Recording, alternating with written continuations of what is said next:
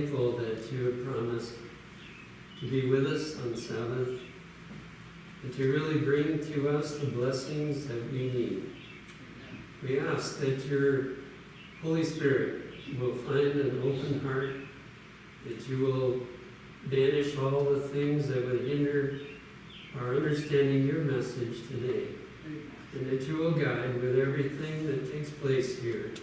In Jesus' name, amen. Amen.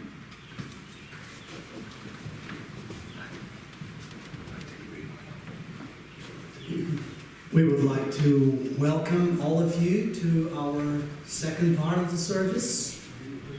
With us today, as you've seen, we have Pastor Wilbur Atwood, and his family is with us also. And it's a great privilege for me to have him with us here. We met about 17 years ago at Wildwood when we first came as a family to take the missionary training, as I said, in the Sabbath school. That's where our ministry really started. Wildwood was a changing point from our previous period. And Pastor Atwood was the president of Wildwood Lifestyle Center and all the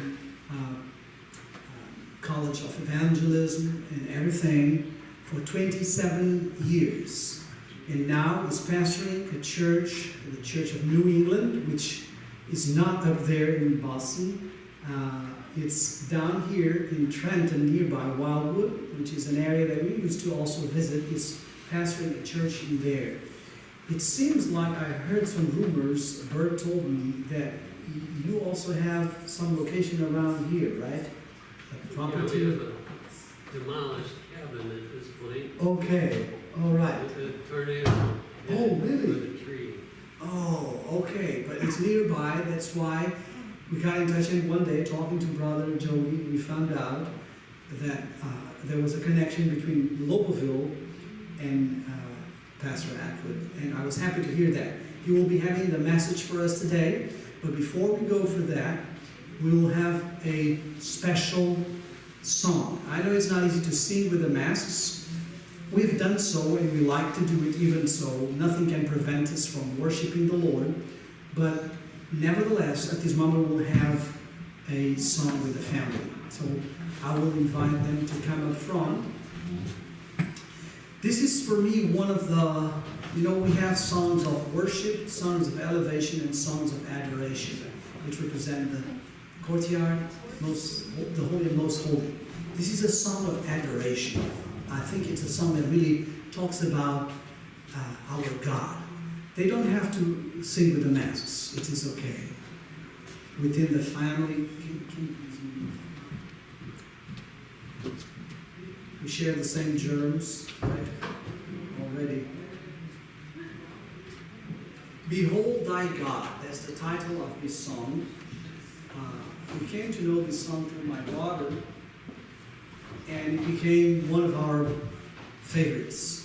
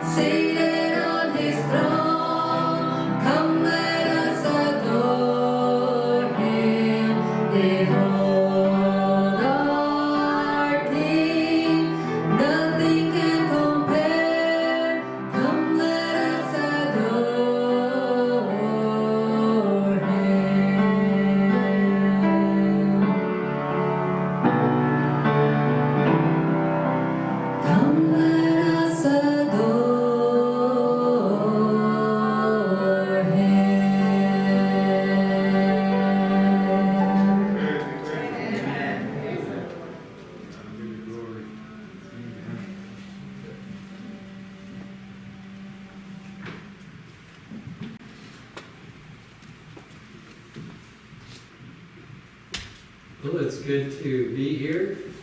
Some of you I already know. A few of you I've seen because we've been here several times. But those that we've been closely connected with, it's always good to get back together. As you can see, I've chosen a very current issue. Is COVID a test of how we will face other end-time issues? When COVID first began to rear its head, we were scheduled for a trip to Brazil to visit 2 health institutions. And of course, right away, people started saying, Pastor Atwood, in your condition, you better not go down to Brazil. But as I prayed about it, I thought, why should God's work be hindered because of a potential of disease? And so we kept our appointment, and we went down and we decided providentially that we would visit. We stayed at one institution, but then we were going to visit another one. So we went there. We drove, actually, and spent a number of days there. And just at the time we were to leave, the order came, closed the churches, closed everything. And right after we left, they were stopping people on the highway and saying, where are you going? But we just escaped that. They closed the borders between states, but we just made it into the state where we were going to stay next. We got there, we did what we were there to do, short of one day. And again, the message came, close your churches, close your institution, send all your lifestyle guests away. And we started being told. Well, the first warning was that the airline said there's a change in your tickets. And so we tried to connect with them, but were unable. But through a series of providences, we were able to find out that our ticket was canceled. We bought another ticket, or didn't have to buy, but we got it transferred to another ticket, and then we learned that that one was canceled. So we were told by one of the Brazilians, he said, you better get to the airport as early as possible today.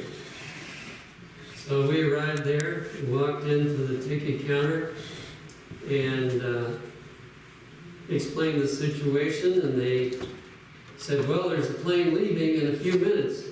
Hurry upstairs.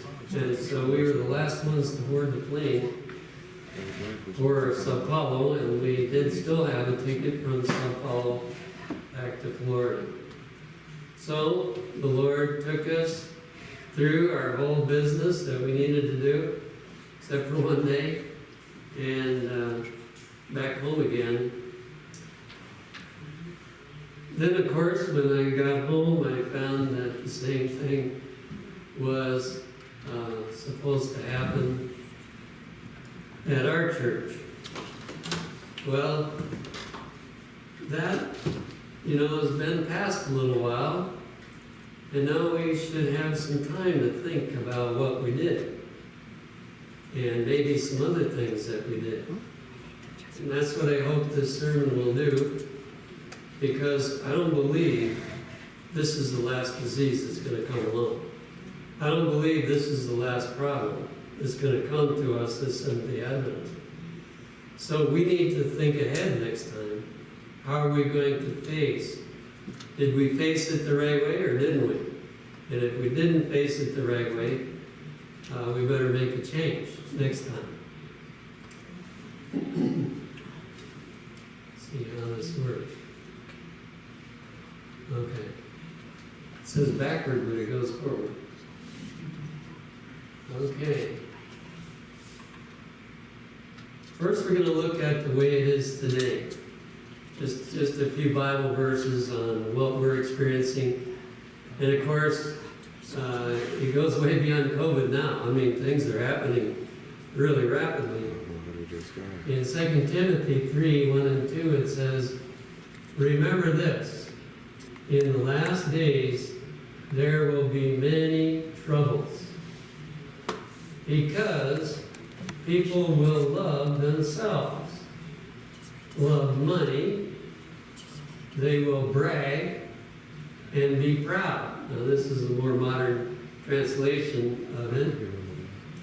"They will say evil things against others, and will not obey their parents, or be thankful, or be the kind of people God wants." So there's a whole list of things. We can't spend time on each of those.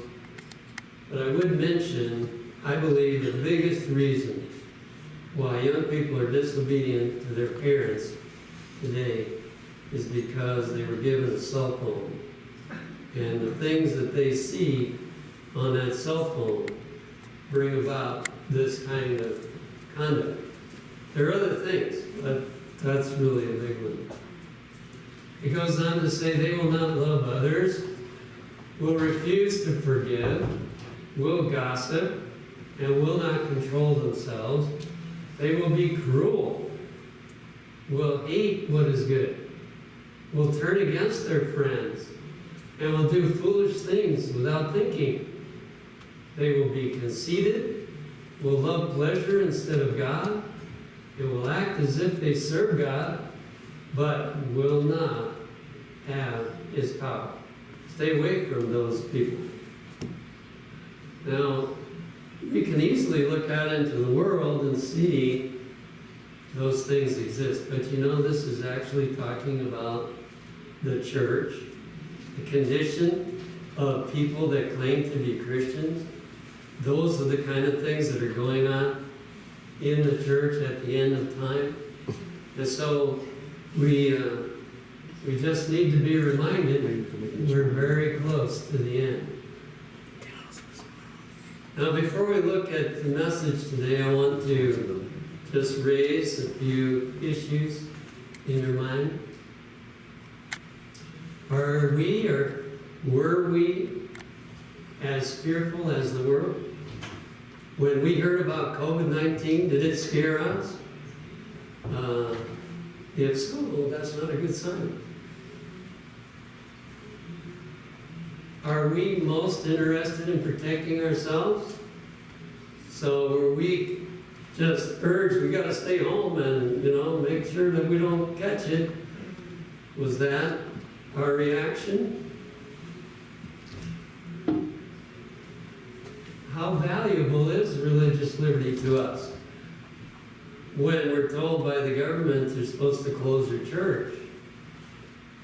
Now, I've noticed churches that are not Seventh-day Adventists are more active on having religious liberty than what we've been. And that doesn't look good to me. Do we really prize religious liberty? How important is it for us to meet with believers? Or is we're just as happy to stay home and watch each other on, Zoom or whatever? Now, we didn't close our church until it got to be such small attendance, it didn't make sense to keep on closed. And so then we went on Zoom too. And I think my church thinks a little different now than they did in the beginning. But how important is it? While I was in Brazil, I just happened to be reading a book about William Wurmbrand, I think that's his first name, Tortured for Christ. I was reading that book. And I read where they would meet at midnight in the deep woods. And I came home, and, we're not killed for our faith yet. We don't have the problems that they had. But they were so determined to meet together as believers because of the value of meeting together that they would risk death because, even though they were in the woods, somebody could come and find them, and then they would be in trouble. And I thought, something seems different here. Are we living the health message?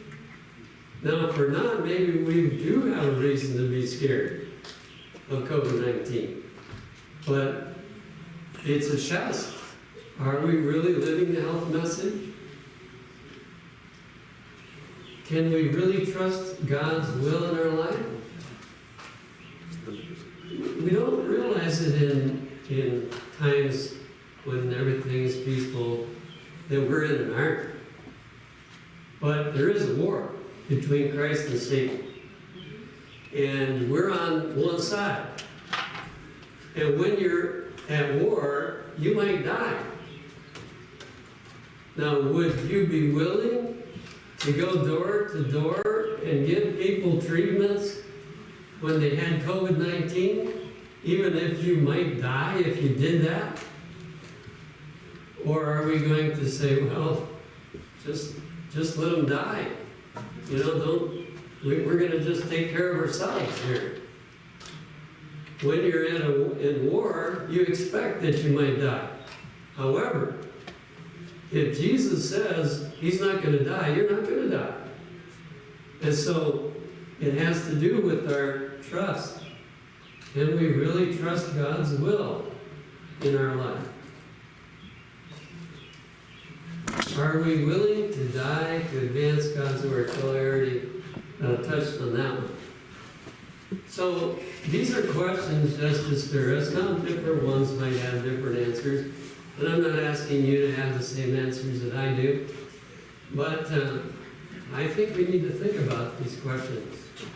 Because I believe once COVID-19 started, it was more important that we finish the gospel than before it started.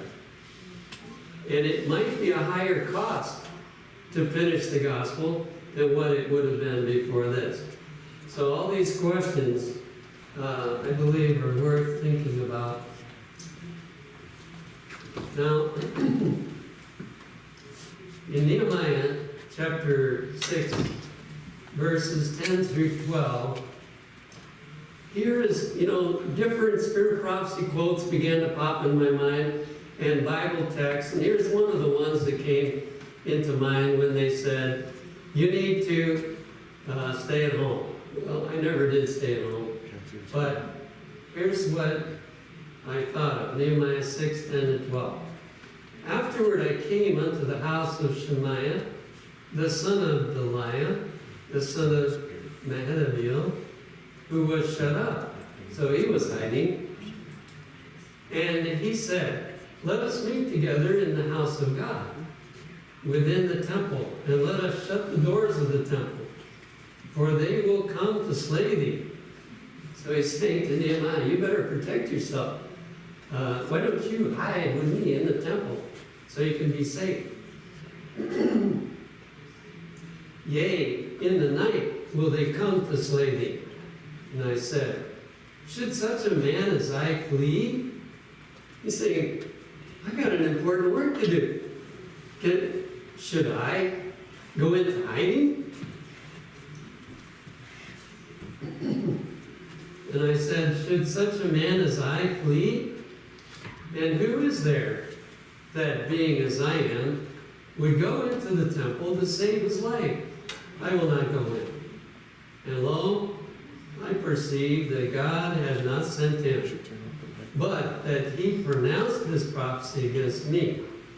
For Tobiah and Sanballat had hired it. Now, Tobiah and Sanballat represent Satan. And Satan has plans. And I believe he had plans for COVID-19. And so, it's maybe a text that we should think about in such a situation. Now we know that there's more trouble ahead. This is just It's not the beginning. We've had problems, all along. But it looks to me like there's been a change in the intensity of the problems that we're going to have. So, in Jeremiah 12:4-6, it says, "How long shall the land mourn, and the herds of every field wither for the wickedness of them that dwell therein?" Now you may be, I'm sure you've watched enough news to be aware of some of what's going on, how that a lot of food has had to be destroyed because of COVID-19, and the way it's handled, especially I think the way it's handled, has caused a lot of damage to the food. And it's interesting, that's what this talks about. The beasts are consumed and the birds, because they said, "He shall not see our last end." Now that one's not translated real well in the King James, but anyway, the rest of it is pretty clear. "If thou hast run with the footmen, and they have wearied thee, then how canst thou contend with horses?" Notice the change. From running with the footmen to now running with the horses. And if people can't handle running with the footmen, how are they going to handle running with the horses? Well, I don't know whether we're to the horses yet or not. But maybe we are. Maybe it's the beginning of having to run with the horses. And if in the land of peace, which is what it used to be here in America, wherein thou trustest, they wearied thee, then how wilt thou do in the swelling of the Jordan? Two progressions. That second one probably means, well, even the first one, I don't know how many of you have ever worked with horses. I have, but it's getting to where less and less people have worked with horses. But we don't know much about the Jordan. But you can picture it's in flood stage, and if we can't handle when it's peaceful, are we going to be able to handle when it is in flood stage? "For even thy brethren and the house of thy father, even they have dealt treacherously with thee." When we get into crisis situations, people do all kinds of things that aren't good to other people. "Even they have dealt treacherously with thee. Yea, they have called a multitude after thee. Believe them not, though they speak fair words unto thee."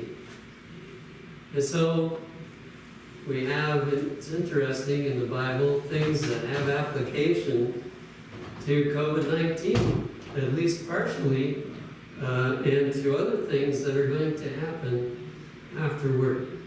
And so I do think it is well for us to consider how we have faced this crisis and this difficulty. Now I want to turn to a more positive message. In light of this, though, we need to be thinking about some things. Here's one from Exodus 15:26.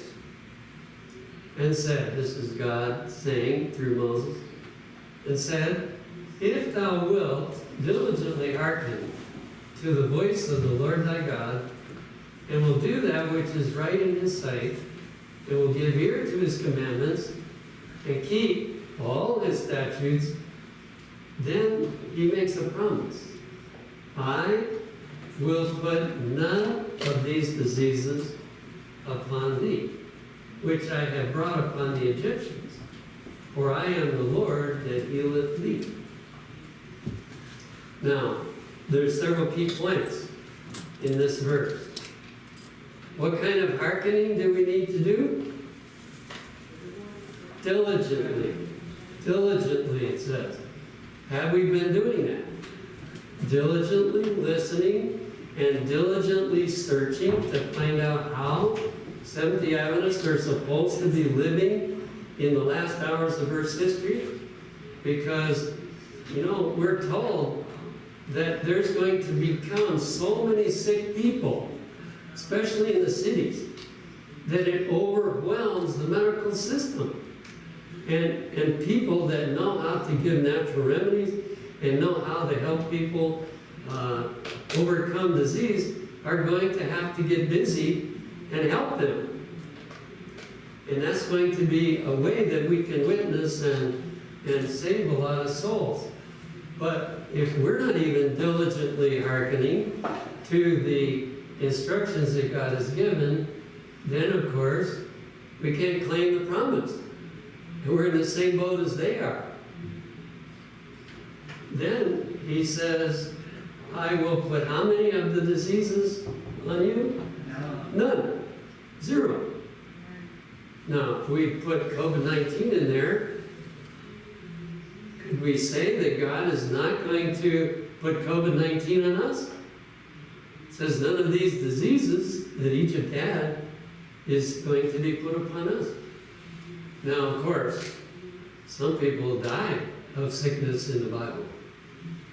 So then what it says to us is that if he doesn't protect us from it so that we die, then we have to be surrendered to his will in regard to that, because he is able to put none of those diseases that other people are struggling with. And in Deuteronomy 7 verse 15, it stresses this again, and the Lord will take away from thee all sickness, and will put none of the evil diseases of Egypt, which thou knowest, upon thee, but will lay them upon all them that hate thee. There was one other point I should mention here. Not only is God the one that is able to protect us against disease through obedience, he doesn't promise to protect those that are not obedient, but he has promised to protect the obedient. And if we get sick, he's promised to be the healer. Now, I spoke to an evangelist who is going to work with us in Youth for Jesus this year in Florida. Again, you know, people thought we ought to cancel that endeavor, but we said no. A lot of the students backed out. I don't think any workers backed out from our program, but we're going to go ahead, even if all we can do is, you know, televise it or stream it. We're going to do it. And so God heals. Well, anyway, both he and his wife caught COVID. And he said, it's not a very nice flu to have. He said, it's pretty painful to breathe, and you feel a struggle to breathe. But God healed both of them, and they're back at work. You know, and they're going to be the evangelist of one of the sites there. So we have double blessing. On one hand, we have a protector against disease, and on the other hand, we have a healer that can heal the disease. And we, know that no disease could stand before Jesus while he was here on earth. Now, there was a lesson given to Israel, and it's in that setting that those promises I just read were given. In Medical Ministry, page 119, it talks about that context, which was the waters of Marah. You know, they were thirsty, and all of a sudden they found water. And so they were really eager to drink, but as they drank it, it wasn't fit to drink. And so they were very concerned and started complaining. Well, God healed the water, and you know, water is a symbol of people. And so this is going to apply the symbolism of this bitter water at Marah. The Lord had a lesson to teach the children of Israel. The waters of Marah were an object lesson representing the diseases brought upon the human beings because of sin. Now we have physical diseases and we have spiritual diseases, and the two are connected. So this lesson is for all the diseases, whether spiritual or physical. It is no mystery that the inhabitants of the earth are suffering from disease of every stripe and type. It is because they transgress the law of God. So why do people get spiritually sick? They don't follow what God said. Why do we get physically sick? There are exceptions. There are things that are hereditary and so on. But in general, it's true that we get sick because we didn't obey. Whenever I get sick, I start thinking back. What health laws did I break? What did I do that made me catch this? It is because they transgressed the law of God. Thus did the children of Israel. They broke down the barriers which God in His providence had erected to preserve them from disease, that they might live in health and holiness, and so learn obedience in their journeying through the wilderness. So this little story about the healing of the waters of Meribah, were to teach them a lesson for the whole rest of the history of mankind, that people can be healed by God's power, and He can protect them through obedience. If thou wilt not observe, this is now, you'll get the text in a minute, but this is now looking at it from the opposite side. We looked at it from the positive. Now let's look at it from the negative. If thou wilt not observe to do all the words of this law that are written in this book, that thou mayest fear this glorious and fearful name, the Lord thy God, then the Lord will make thy plagues wonderful. Now when it says wonderful, it means amazing. He's gonna allow plagues to come that are just worse than COVID-19. Then the Lord will make thy plagues wonderful, and the plagues of thy seed, even great plagues, and of long continuance. Some people are predicting that we're not going to get out of COVID-19 for 2 years. Long continuance, and sore sickness, and of long continuance. Now these are not the kind of promises we want, but God promises positive things and He promises negative to try to get us to realize the importance. This is all from Deuteronomy 28, 58 to 61. Moreover, He will bring upon thee all the diseases of Egypt, which thou wast afraid of, and they shall cleave unto thee, also every sickness and every plague which is not written in the book of this law, then will the Lord bring upon thee until thou be destroyed. Wow.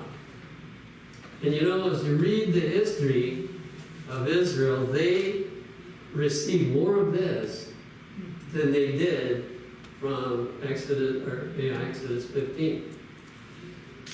And I'm sad to say it, but Seventh-day Adventists have reaped more of this than they have of Exodus 15.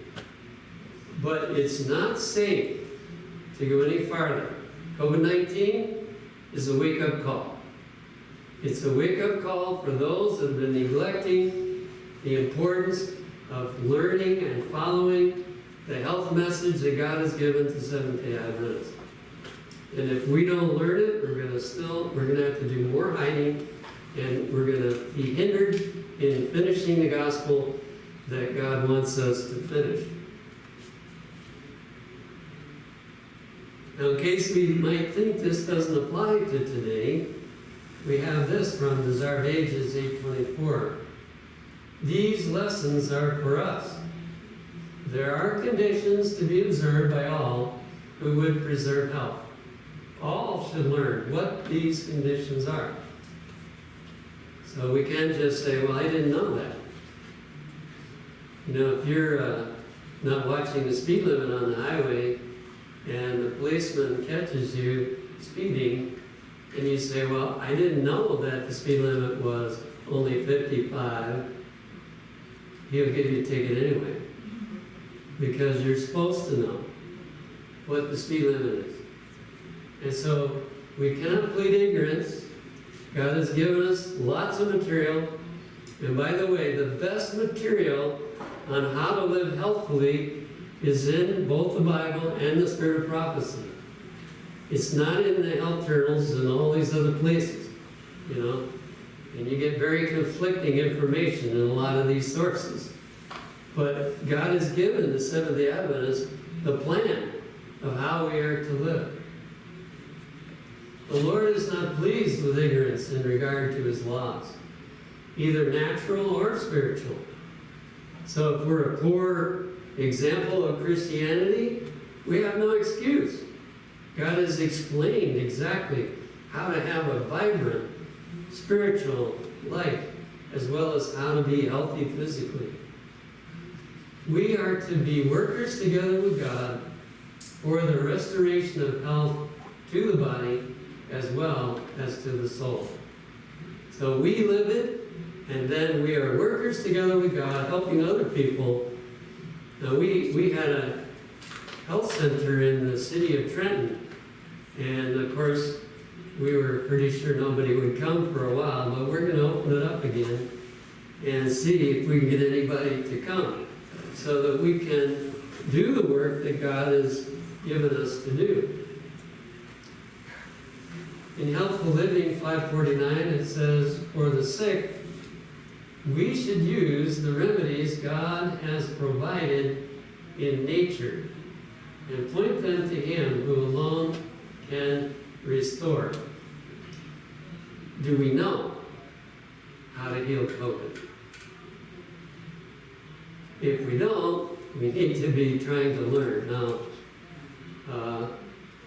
I heard something on the way up here. I have no idea whether it's true or not, but somebody put out the news that if you got the COVID germs and you breathed in steam, it would kill those germs. That they can't handle the heat. Now, whether that's true or not, we'll have to do some checking on that.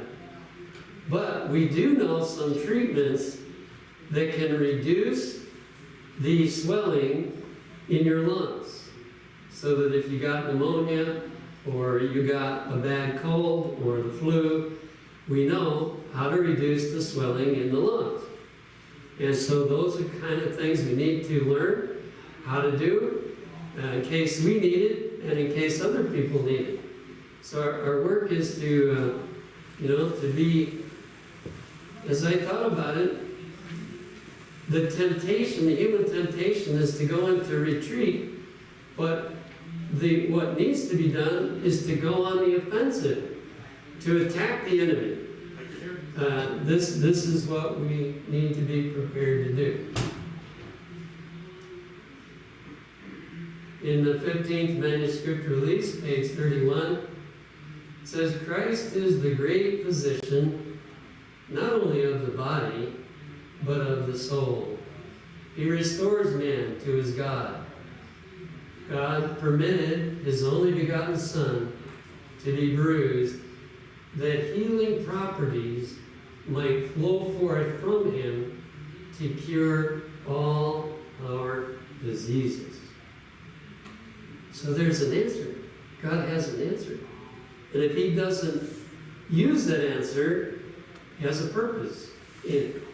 We're not just, well, He forgot me or he failed to help me. No, He has a purpose in it. But if He chooses and sees that as best, He will heal.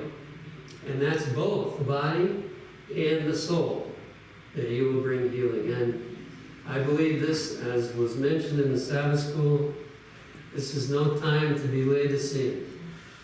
We need to get busy if we haven't been already, and we really need to get close to God. Because the closer we are to God, the less disease can affect us, and of course our body will be in better condition as well. Another very important thing that I think COVID-19 has revealed is that we need to be trusting in the God who promises to answer prayer. As soon as this started, we started praying that nobody in our church would catch COVID-19. And I'm hoping the other members are praying the same thing. I know some are. But do we really believe that if we prayed that He would protect our church, that we would be protected? That is where I think we need to come up. Because I think sometimes we pray and then we don't expect to be protected. And so maybe we won't be because we didn't trust Him. In James 1, verses 5 to 7, it says, "If any of you lack wisdom, let him ask of God, that giveth to all men liberally, and upbraideth not. He'll never get after you for asking it, and it shall be given him. But let him ask in faith, nothing wavering." Are we like Jacob yet? To where we can say to God, "I will not let you go until you bless me. I will not let you go until you heal me from COVID-19. Or, I will not let you go until you have kept me well." Are we able to do that yet? If not, we have some growing to do. "For he that wavereth is like a wave of the sea, driven to wind and tossed." So, whatever other people think is best for us, that's what we think maybe we need to do. We're just pushed around here, there, and everywhere. "For let not that man think that he shall receive anything of the Lord." It's like saying the prayer is not going to be answered. Because at one point he thought I could help him, and then later he thought, no, I don't know whether you can help me or not. And so that wavering back and forth, he says, I can't answer your prayer. So it's time for us to really learn that we serve a God who answers prayer. And if He doesn't answer it, He has something better in store than what we ask for. And of course, the primary material that we're supposed to be praying for is what He promised. And one of the things He promised is, I will put none of these diseases upon you if you obey. So whatever He promised, we can ask for it and have the absolute assurance that He will give it to us unless there's a reason. You're familiar with this one, Luke 11, 9 and 10. "And I say unto you, ask, and it shall be given you. Seek, and ye shall find. Knock, and it shall be opened unto you." Now this promise, although it's well known, we probably need to think about it some more. 3 times, in different ways, He addresses the fact that we need to talk to Him about what we need. And right now, I believe God would like to make a demonstration of Seventh-day Adventists that when they get the statistics together after COVID-19, they discover that less Seventh-day Adventists caught COVID-19 than the average population. And it'd be nice if they found out no Seventh-day Adventists got it. But, that may not be. But it doesn't stop there. It says, "For everyone that asketh," what happens? They receive it. "And he that seeketh," what happens? They find it. "And to him that knocketh," what happens? It'll be opened. So, God is calling us to a prayer life that is deeper and more complete than anything else we've ever had. Now, I'm sure you've all heard amazing answers to prayer, and I'll just share one answer to prayer that happened just very recently. We always try to get Bible workers for the Youth for Jesus project and send them in ahead of time. And, the churches, because they were closed and so on, they weren't sure what to do. So we finally said, well, we'll wait till May 15, and May 15 we got to make a decision. And so the Bible workers, we had 4 of them, 2 for each church. And 3 of them waited for May 15. And we said on May 15, we're going to do it. Even if you have to give Bible studies over the internet, we're going to do it. And so, but one of them decided to take another job. But we didn't find it out until they were supposed to be going to Florida for the Youth for Jesus project. And so, of course, we started praying. And at first we couldn't even find this person. But we finally got connected with him. And he said, yeah, I've got another job, so I'm not going to go. And the pastor down in Florida, he started panicking. What are we going to do? Finally, after a number of calls, he said to me, well, it's in the Lord's hands. And of course, we started praying. Would you believe that in the church where we needed a Bible worker, there was a young man that was looking for a job as a Bible worker. And we got connected through one of the other Bible workers with him and signed him up. So there was only one day between finding out we didn't have the Bible worker and when we got one.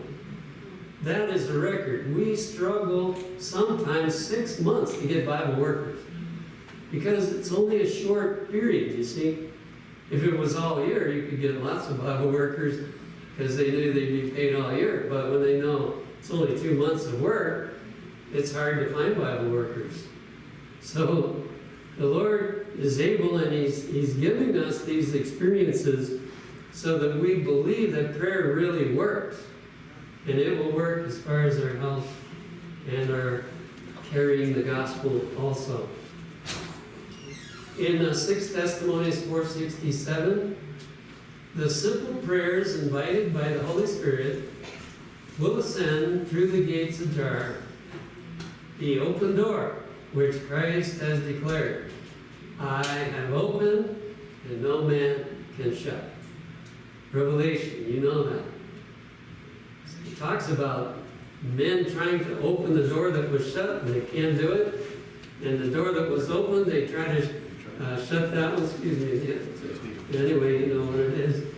And they can't shut that door. And through that door, from the most holy place, comes the amount of power that we need to stay well until we finish the task that God has for us, and to take the gospel to the world. That open door is the source of all the power that's necessary to accomplish it. And so we need to get busy tasting more of that power.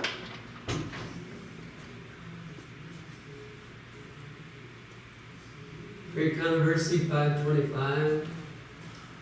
The same compassionate Savior lives today, and He is as willing to listen to the prayer of faith as when He walked visibly among men. Jesus hasn't changed. He has a very soft heart. And when somebody asks Him for something they need, Lord, please help me to get well. Please help me to stay well. Please help me to be able to still help other people and not get sick because I'm helping them. All of these prayers are touching His heart, and He is going to listen. Then it says the natural cooperates with the supernatural. In other words, you might get sick if you didn't ask. But if you asked, He can protect you. And you won't get sick. You can't guarantee nobody will get sick, of course, because we have to be submitted to His will. But if He chooses, we know we can guarantee you won't get sick because you asked. But notice what the next part says. It is a part of God's plan to grant us, in answer to the prayer of faith, that which He would not bestow did we not thus ask. In other words, if you don't ask, you miss. You don't get the blessing because you didn't ask Him. Does that mean He didn't love you? No, He's trying to train you to ask. And He's saying, I've got all these gifts up here. I've got all these blessings that I can give you, and yet I'm not going to give them to you if you don't ask. And so I've been asking every day, Lord, protect me from COVID-19. I'm in a worse situation than you are, probably, at least than most of you are, because a number of years ago, due to having pneumonia so many times, and other lung ailments and asthma and all, the doctor said, your lungs are only 60% of a man your age. So if I caught COVID and got a severe case of it, it would be the end of me, I imagine. However, I'm trusting God. And people have been telling me, don't go here, don't go there, you need to stay home. But I say, no, Lord, I can't stop my work. And so you have to protect me. And I'm not going to forget for a single day to ask Him, because I really believe this. It is a part of God's plan to grant us, in answer to the prayer of faith, that which He would not bestow, did we not thus ask. Now, I'm not suggesting being foolish. You know, if I knew a case of someone that had a COVID, it might not be me that should go to see them, you know. I don't know. But if I had perfectly healthy lungs, I would ask the Lord, but if He said go, I would go and give them treatments. In the book on prayer, if you haven't gotten one, it's an amazing one. We're going through it in our prayer meetings. Page 97, it says, Jesus does not call on us to follow Him and then forsake us. He doesn't say, embrace the three angels' messages and then I won't take care of it. He doesn't say that. He says, if you choose to become one of my followers, to join my army, and to be a part of my work, then I'm going to be with you. Jesus does not call on us to follow Him and then forsake us.